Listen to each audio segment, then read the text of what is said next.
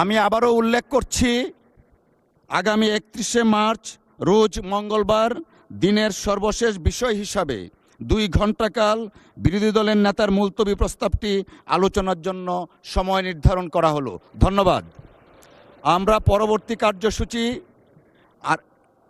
পরবর্তী কার্যসূচিতে যাচ্ছি।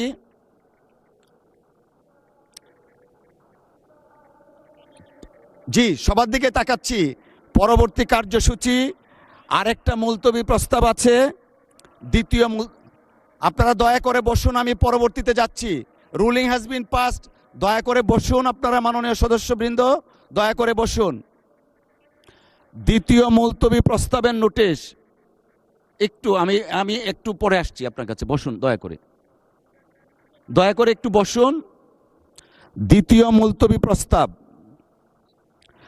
মুলতবি প্রস্তাবের নোটিশটি দিয়েছেন মাননীয় সংসদ সদস্য জনাব মোহাম্মদ নাজিবুর রহমান, পাবনা 1 থেকে নির্বাচিত।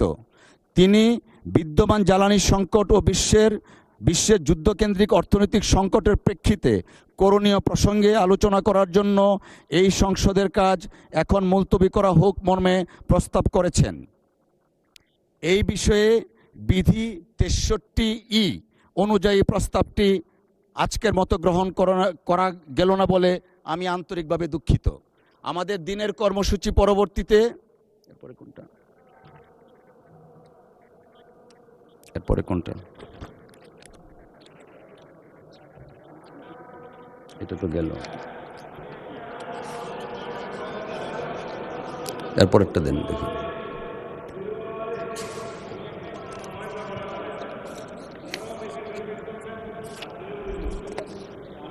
এটা না, মাননীয় স্বরাষ্ট্রমন্ত্রী দয়া করে আপনি আপনার আসনে বসুন মেহরবানি করে।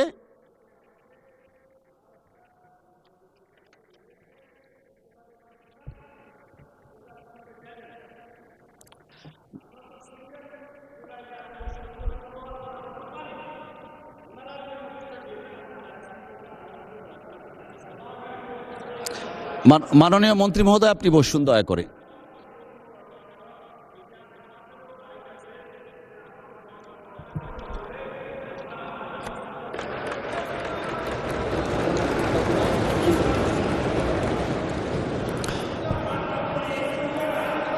মাননীয় মন্ত্রী মহোদয় আপনি বসুন, মাননীয় সংসদ সদস্য আপনারা বসুন। আমরা দিনের পরবর্তী কার্যসূচিতে যাচ্ছি।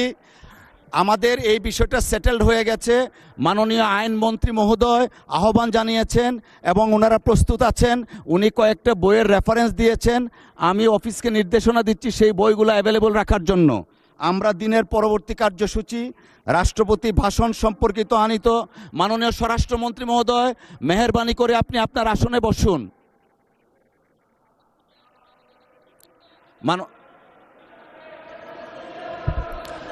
মাননীয় স্বরাষ্ট্রমন্ত্রী মহোদয় আপনি আপনার আসনে মেহেরবানি করে বসুন। আপনি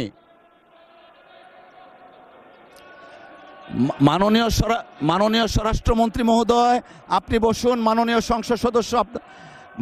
সংসদ সদস্য আপনারা বসুন। The matter already been decided এবং আমি একটা সময় নির্ধারণ করে দিয়েছি। আমরা পরবর্তী কার্যসূচিতে যাচ্ছি।